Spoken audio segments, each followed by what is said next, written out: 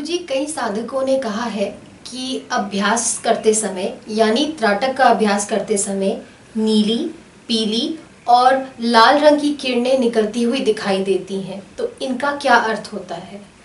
ये बात तुमने बहुत अच्छी पूछी। बहुत से लोग पूछते हैं कि हमें गोल गोल धब्बा दिखाई देता है बिंदु के आसपास। कुछ कहते हैं कि कुछ तरंगे सी दिखाई देती हैं, कुछ कहते हैं कि बिंदु के आसपास लहरें जैसी उठ रही हैं, जैसे तालाब में लहरें उठ रही हैं, और वो पीली है, लाल है, नीली है, वगैरह वगैरह। तो वही आप जो पूछ रही हैं तो बहुत अच्छी चीज़ है। मैं बता रहा हूँ कि अगर हम गौर करें, हमारी जो ये प्रकृति है वो 5 तत्वों से बनी हुई है। हमारा जो ये शरीर है 5 तत्वों से बना हुआ है। वो है आकाश, वायु, अग्नि, जल और पृथ्वी तत्व। अच्छा, इसी प्रकार जब हम कर्म करते हैं, जो कर्म करते हैं, तो वो जो वृत्ति अंदर जा कर के, यानी कर्म या जिसे कर्माशय कहते हैं, जो वृत्ताकार में चित्त पर जमा होती है, वैसे तो वो वायु रूप में होती है। जब वो बाहर निकलती है तो अंदर तो वायु रूप से छल्लानुमा निकलती है, रिंग के आकार निकलती है, लेकिन आंखों के द्वारा जब निकलती है तो तेजस रूप में निकलती है। बात रंग की हो रही है। जो ये कर्माशय या वृत्ति होती है, इनमें पांचों तत्व अंदर छुपे होते हैं या विद्यमान होते हैं। छुपे नहीं बल्कि कहना चाहिए विद्यमान होते हैं। तो पांचों तत्व जो विद्यमान होते हैं, तो सबसे पहले जो हमारा स्थूल है तत्व यानी पृथ्वी तत्व, जो सारा दिखाई देता है, जो स्थूलता के कारण जो व्यवहार कर रहे हैं, तो पृथ्वी तत्व ही है सारा कुछ। तो पृथ्वी तत्व का रंग पीला होता है। फिर उससे कम घनत्व वाला, पृथ्वी तत्व सबसे ज़्यादा घनत्व वाला, इसीलिए वो ठोस होता है। इससे कम घनत्व वाला होता है जल तत्व। जल तत्व में पृथ्वी तत्व की अपेक्षा कम घनत्व होता है, इसीलिए जल हमेशा बहता रहता है। अथवा अगर वो किसी जगह पर रख दिया जाए, डाल दिया जाए, भर दिया जाए, तो उस ऊपरी धरातल वो समतल करने की कोशिश करता रहता है। जैसे पानी को अगर किसी कटोरे के अंदर डाल दिया जाए तो वो ऊपरी अगर उसका धरातल देखो तो प्लेन होता है, क्योंकि वो पूरा करता रहता है। यानी कम घनत्व के कारण वो इधर उधर बहता रहता है। जैसे नदियों में पानी बहता रहता है, जरा सी भी ढलान मिली बह निकला, ढलान नहीं मिली भर गया। मतलब कहने का पृथ्वी तत्व से कम घनत्व होता है जल तत्व का, और जल तत्व का हर एक तत्व का अपना रंग होता है। जल तत्व का रंग हरा होता है। अब जल तत्व से भी कम घनत्व वाला अग्नि तत्व है। अग्नि तत्व में इतना कम घनत्व होता है कि अग्नि हमेशा ऊपर की ओर उठती रहती है। आप अगर गौर करें, अग्नि जब जलती है तो उसकी लौ ऊपर की ओर उठती है, कभी नीचे नहीं जाती, क्योंकि वो हल्की होती है। हल्की चीज़ हमेशा ऊपर की ओर उठती है। अगर हम गौर करें, कुछ ऐसे ही गैसें होती हैं, अगर बहुत हल्की होंगी तो ऊपर की ओर उठती हैं। तो इसी तरह समझ लीजिए कि अग्नि तत्व का रंग लाल होता है। उससे भी कम घनत्व अग्नि से भी वायु का होता है। तो वायु को तो हमारी आंखें देख ही नहीं पाती हैं, इतना कम घनत्व होता है। तो फिर ये जो त्वचा होती है, त्वचा के स्पर्श के द्वारा हम वायु की अनुभूति करते हैं। तो उसका रंग धूम्र की तरह, जो धुआं होता है धूम्र की तरह होता है। और उससे भी कम घनत्व होता है आकाश। आकाश का मतलब रिक्तता, तो उसका रंग नीला होता है। इसी प्रकार जो वृत्ति के अंदर सभी तत्व मिले हुए हैं या विद्यमान है, मिले नहीं विद्यमान है, तो वो क्रमशः दिखाई देते हैं। सबसे पहले जो ज़्यादा स्थूल है पृथ्वी तत्व, तो पीला रंग दिखाई देता। फिर उससे कम, क्योंकि साधक ने अभ्यास किया, उसके अंदर थोड़ी अभ्यास से कुछ यानी संयम हुआ उसका, वृत्तियों का यानी है जो वृत्ति है संयमित होकर के किरणों के रूप में एक जगह गिर रही, तो धीरे धीरे वो संयम के कारण सूक्ष्म भी होती गई।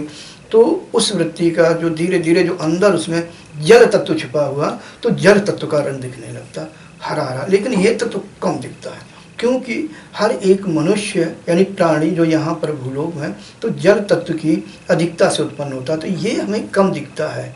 अच्छा, इसके बाद हुआ है अग्नि तत्व। जो अग्नि तत्व उसमें छुपा होता है, क्रमशः जैसे उन्नति होती है, आगे आगे बढ़ता है, तो अग्नि तत्व का रंग लाल होता है।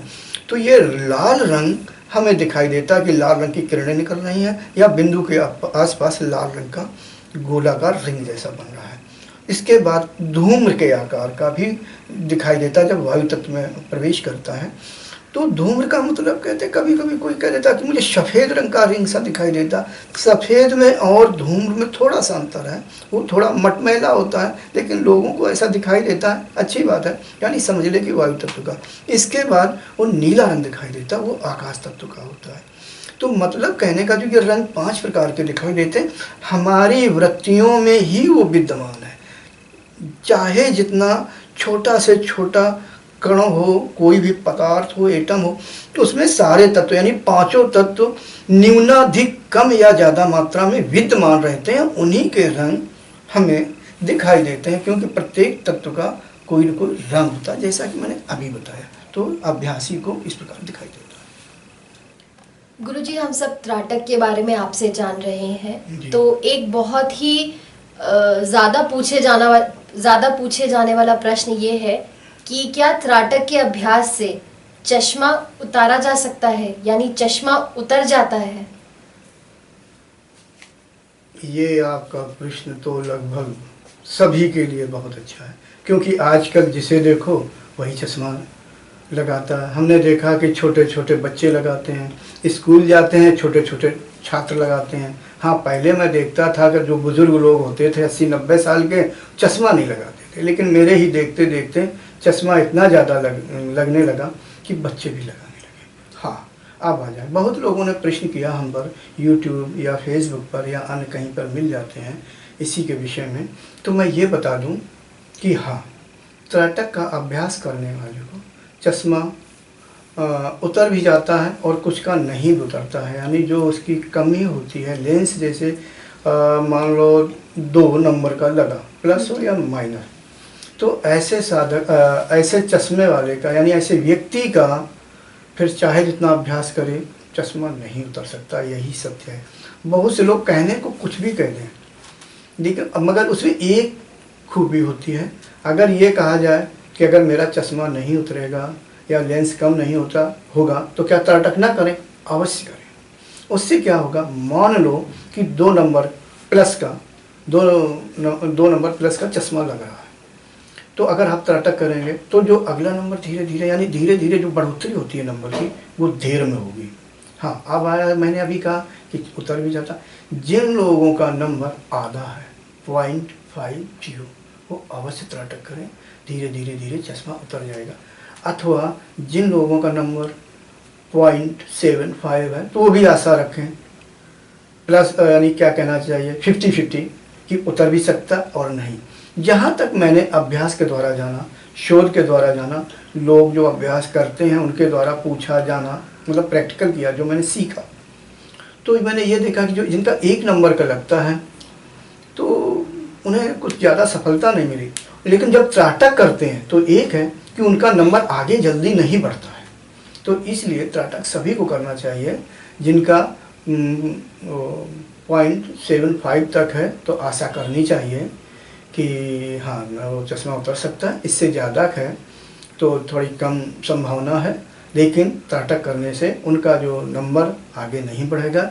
इसी तरह से माइनस का भी है, जिस तरह से प्लस का इसी तरह माइनस का। अगर जो उनका 1 नंबर या 0.75 तक है तो आशा करें बिल्कुल, और अगर ज़्यादा है तो फिर वो नंबर ज़्यादा नहीं, माइनस में जाएगा।